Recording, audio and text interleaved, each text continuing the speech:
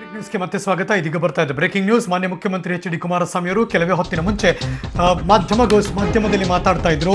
ಇಂಧನ ಖಾತೆಗೋಸ್ಕರ ಡಿಕೆಶಿ ರೇವಣ್ಣ ನಡುವೆ ಪೈಪೋಟಿ ಇದ್ದದ್ದು ನಿಜ ಅಂತ ಒಪ್ಕೊಂಡ್ರು. ಇದೀಗ ಬರ್ತಾ ಇದೆ ಬ್ರೇಕಿಂಗ್ ನ್ಯೂಸ್.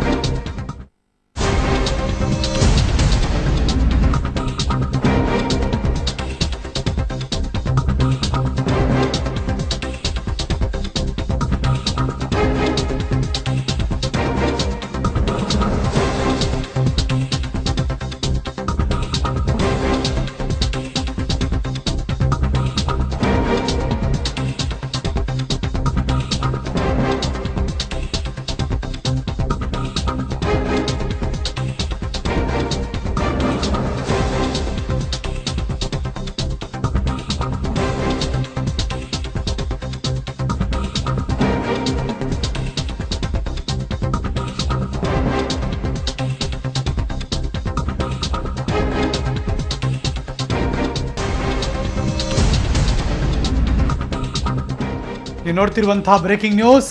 ನಿಮ್ಗೆ ನೆನಪಿರ್ಬೇಕಲ್ಲ, ಒಂದು ದಿವಸಕ್ಕೆ ಮುಂಚೆ ಅಂದ್ರೆ ನಿನ್ನೆ ಮಾಜಿ ಇಂಧನ ಸಚಿವರಾದ ಡಿ ಕೆ ಶಿವಕುಮಾರ್ ಅವರು ಮಾಧ್ಯಮಕ್ಕೆ ಮಾತಾಡ್ತಿರ್ಬೇಕಾದ್ರೆ ಅವ್ರ ಕಾರ್ ಹತ್ತೋಕೆ ಮುಂಚೆ ನಾನು ಯಾವುದು ಬೇಡಿಕೆ ಇಟ್ಟಿಲ್ಲ ರೀ, ಅವ್ರು ಯಾವ್ದು ಕೊಡ್ತಾರೆ ಅದು ಗೊತ್ತಿರುತ್ತೆ ಹೈಕಮಾಂಡ್ಗೆ ಅಂತಲೇ ಮಾತಾಡ್ತಿದ್ರು. ಆದರೆ ಇದೀಗ ಮಾನ್ಯ ಮುಖ್ಯಮಂತ್ರಿಗಳು ಒಪ್ಕೊಂಡಿದ್ದಾರೆ, ದೇವೇಗೌಡರ ಹಸ್ತಕ್ಷೇಪ ಏನೂ ಇಲ್ಲ. ಆದರೆ ಇಂಧನ ಖಾತೆಗೆ ಡಿ ಕೆ ಶಿವಕುಮಾರ್ ಅವರು ಕೂಡ ಇಂಟ್ರೆಸ್ಟೆಡ್ ಆಗಿದ್ರು. ಜೊತೆಗೆ ಎಚ್ ಡಿ ರೇವಣ್ಣ ಅವರು ಕೂಡ ಮೊದಲೇ ಕೆಲಸ ಮಾಡಿರೋದ್ರಿಂದ ಅಲ್ಲೂ ಕೂಡ ಒತ್ತಡ ಇತ್ತು ಅನ್ನೋದನ್ನು ಕೂಡ ಮಾನ್ಯ ಮುಖ್ಯಮಂತ್ರಿಗಳೇ ಆ ಪೈಪೋಟಿ ಇದ್ದದ್ದು ನಿಜ ಅಂತ ಹೇಳಿಕೆ ಕೊಟ್ಟರು. ಕೆಲವೇ ಹೊತ್ತಿನ ಮುಂಚೆ ಮುಖ್ಯಮಂತ್ರಿಗಳು ಏನು ಮಾತಾಡಿದ್ರು ಕೇಳಿಸ್ಕೊಳ್ಳಿ.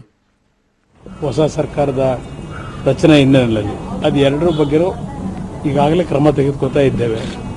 ಅದರ ಜೊತೆಗೆ ಹಿಂದಿನ ಸರ್ಕಾರದಲ್ಲಿ ಹಲವಾರು ಕಾರ್ಯಕ್ರಮಗಳನ್ನು ಕಳೆದ ಬಜೆಟ್ನಲ್ಲೇನು ಚುನಾವಣೆಗೆ ಪೂರ್ವದಲ್ಲಿ ಏನು ಮಂಡನೆ ಮಾಡಿದ್ದಾರೆ ಅದರಲ್ಲಿ ಇರ್ತಕ್ಕಂಥ ಹೆಚ್ಚಿನ ಅಂಶಗಳನ್ನು ಒಳಗೊಂಡಂತೆ ಮತ್ತೆ ಈಗ ನಾವು ಕೆಲವು ಹೊಸ ಕಾರ್ಯಕ್ರಮಗಳೇನು ಸೇರ್ಪಡೆ ಮಾಡಬೇಕಾಗಿದೆ ಅದು ಎಲ್ಲವನ್ನು ಗಮನದಲ್ಲಿ ಇಟ್ಕೊಂಡೆ ಹೊಸ ಬಜೆಟ್ ಅನ್ನ ತಯಾರು ಮಾಡ್ತಾ ಇದ್ದೀವಿ. ಕಳೆದ ಸರ್ಕಾರದ ಯೋಜನೆಗಳು ಇಲ್ಲ, ಅದರ ಈಗ ಜನತೆಗೆ ಅನುಕೂಲ ಆಗ್ತಕ್ಕಂಥ ಯೋಜನೆಗಳು ಯಾವುದೇ ಇದ್ರೂ ಅದು ಮುಂದುವರಿತದೆ. ಸಾರ್ವಜನಿಕರಿಗೆ ಒಟ್ಟಾರೆ ಅನುಕೂಲ ಆಗಬೇಕು, ಅದೆಲ್ಲವನ್ನ ಮುಂದುವರಿಸ್ತಕ್ಕಂಥದ್ರಲ್ಲಿ ಹಿಂದೆ ಸರಿಯತಕ್ಕಂಥ ಪ್ರಶ್ನೆ. ಈಗ ಒಂದು ನಿಮಿಷ, ನಾನು ಮಾಧ್ಯಮದಲ್ಲಿ ಗಮನಿಸಿದ್ದೇನೆ, ದೇವೇಗೌಡರೇನೋ ಮಾಸ್ಟರ್ ಪ್ಲಾನ್ ಮಾಡಿದ್ರು, ರೇವಣ್ಣ ಅವರಿಗೆ ಶಿವಕುಮಾರ್ ಅವರಿಗೆ ಇಂಧನ ಖಾತೆ ವಿಷಯದಲ್ಲಿ ಜಟಾಪಟಿ ನಡೆದಿದೆ. ಇದೆಲ್ಲ ಏನಿದೆ ಇದೆಲ್ಲ ಸತ್ಯಕ್ಕೆ ದೂರವಾಗಿರ್ತಕ್ಕಂಥದ್ದು. ಮಂತ್ರಿಮಂಡಲ ರಚನೆಯಲ್ಲಿ ಪೋರ್ಟ್ಫೋಲಿಯೋಗಳ ರಚನೆಯಲ್ಲಿ ದೇವೇಗೌಡರ ಪಾತ್ರ ಏನೂ ಇಲ್ಲ.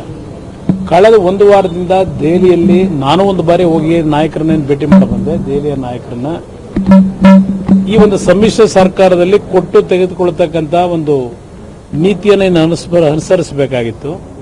ಅಂತಿಮವಾಗಿ ರಾಹುಲ್ ಗಾಂಧಿಯವರ ಅನುಮತಿಯನ್ನ ಪಡೆದು ಅವರು ಏನು ಮೊನ್ನೆ ದೆಹಲಿಯಲ್ಲಿ ಸಿದ್ಧ ಮಾಡಿದಂಥ ಪಟ್ಟಿಯನ್ನ ಅಂತಿಮಗೊಳಿಸಲಿಕ್ಕೆ ದೇವೇಗೌಡರ ಜೊತೆ ಚರ್ಚೆ ಮಾಡಲಿಕ್ಕೆ ವೇಣುಗೋಪಾಲ್ ಅವರು ಬಂದಂಥದ್ದು ಬಿಟ್ಟರೆ ನಿನ್ನೆ ದಿನ ದೇವೇಗೌಡರು ಯಾವುದೇ ಇಲಾಖೆಗಳ ಬಗ್ಗೆ ಮತ್ತು ಈ ಸರ್ಕಾರದ ಒಂದು ನಡವಳಿಕೆಗಳ ಬಗ್ಗೆ ಅವರಿಂದ ಈ ಕ್ಷಣದವರೆಗೆ ಡೈರೆಕ್ಷನ್ಗಳಿಲ್ಲ.